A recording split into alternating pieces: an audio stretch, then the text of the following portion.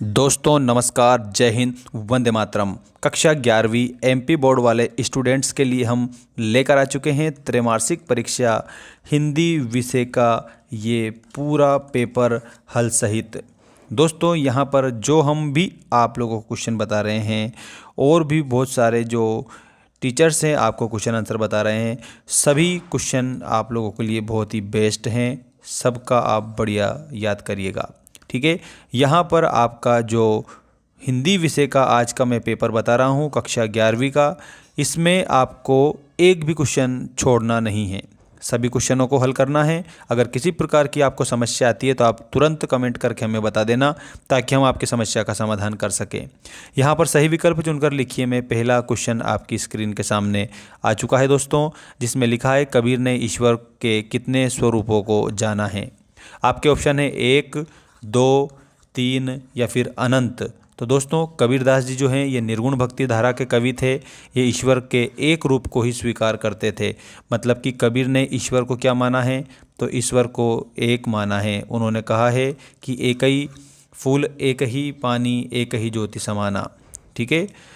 मीरा अपना सर्वस्व मानती है, तो यहाँ पर मीराबाई जो है भगवान कृष्ण को अपना सर्वस्व मानती है, तो यहाँ पर भगवान कृष्ण का नाम आएगा। अगला देखिएगा, कवि के पिता एक बार में कितनी दंड बैठक लगाते थे। तो इसमें आप लोगों को 260 याद रखना है, ठीक है। 260 आपका इसमें करेक्ट आंसर हो जाएगा। इसके बाद में देखिएगा क्वेश्चन नंबर 4 है आपका, चौपाई में प्रत्येक चरण में मात्राएं होती है। चौपाई की जो प्रत्येक चरण है उसमें 16-16 मात्राएं होती है और चौपाई जो है ये सममात्रिक छंद है, ठीक, क्योंकि इसकी मात्रा जो है वो समान होती है, इसलिए इसको सममात्रिक बोला जाता है। इसके अलावा नेक्स्ट क्वेश्चन है आपका क्वेश्चन नंबर 5, चंपा के पिताजी का नाम है। तो दोस्तों चंपा सुंदर नामक ग्वाले की लड़की है, तो इसमें आप लोगों को सुंदर करेक्ट उत्तर के रूप में बताना है। माधुर्य गुण में वर्णों की होती है, तो माधुर्य गुण जो होते हैं उसमें कोमल वर्णों की आवृत्ति होती है, तो कोमलता लिखना। माधुर्य गुण में वर्णों की कोमलता होती है। अब हम देखेंगे यहाँ पर आप लोगों को जो क्वेश्चन बताया है जिसमें रिक्त स्थान है, इन रिक्त स्थानों को हम कंप्लीट करेंगे। यहाँ पर आपका रिक्त स्थान के तौर पर क्वेश्चन नंबर 1 दिया है, दुनिया सोती थी पर दुनिया की जागती थी। आपके ऑप्शन है जीभ, दांत, छोटी आंत, तो इसमें आप लोगों को जीभ बताना रहेगा। नेक्स्ट देखिएगा, मियाँ नसीरुद्दीन किस्म की रोटियां बनाने के लिए मशहूर थे। तो यहाँ पर आपके ऑप्शन है 66, 55 या फिर 56। तो करेक्ट उत्तर के तौर पर आप लोगों को 56 बताना है, क्योंकि ये 56 तरह की रोटियां बनाते थे। लॉर्ड कर्जन ने भारतवासियों को गर्म तवे पर की भांति नचाया है।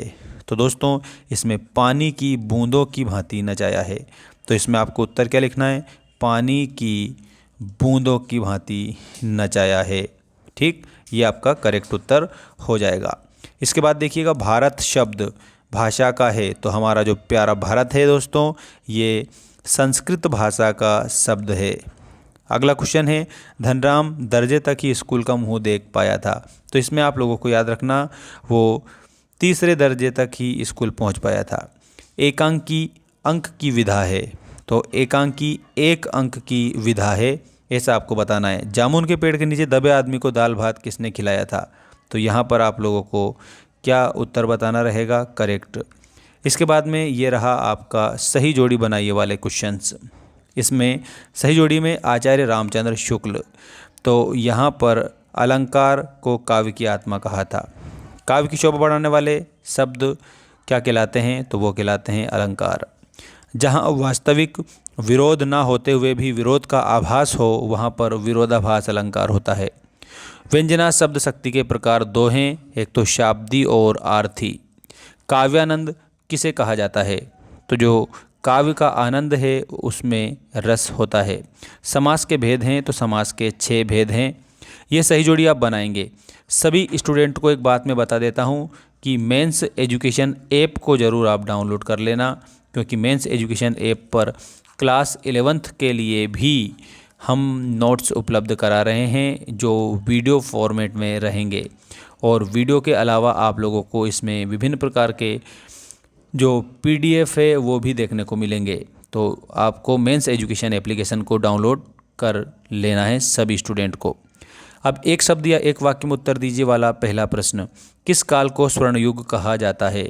तो इसमें आपको मैं पहले भी बता चुका हूँ कि जो भक्ति काल है, इस भक्ति काल को स्वर्ण काल के नाम से भी जाना जाता है। छंद कितने प्रकार के होते हैं? तो मूलतः छंद 2 प्रकार के होते हैं। एक तो है वर्णिक छंद और एक है मात्रिक छंद। ठीक, अगला देखिए, श्रृंगार परक रचनाओं में कौन सा गुण होता है? तो श्रृंगार परक रचनाओं में आप लोगों को माधुर्य गुण बताना है। राम भक्ति शाखा के प्रमुख कवि कौन हैं? तो इसमें आप लोगों को तुलसीदास बताना रहेगा। अगला प्रश्न है 5वां, समस्त रसों और रचनाओं में जो चित्त को सूखे ईंधन में अग्नि के समान शीघ्र व्यक्त करे वह प्रसाद गुण है। ये वाक्य किस साहित्यकार का है? इसमें आप जल्दी से जल्दी कमेंट करके आप बताइएगा सभी स्टूडेंट। ज्ञानमार्गी शाखा के कवि कौन हैं? तो इसमें आपको जायसी बताना है। और रामचरितमानस के रचनाकार का नाम क्या है? तो इसमें आप लोगों को तुलसीदास बताना रहेगा। तुलसीदास इसमें आपका करेक्ट उत्तर हो जाएगा।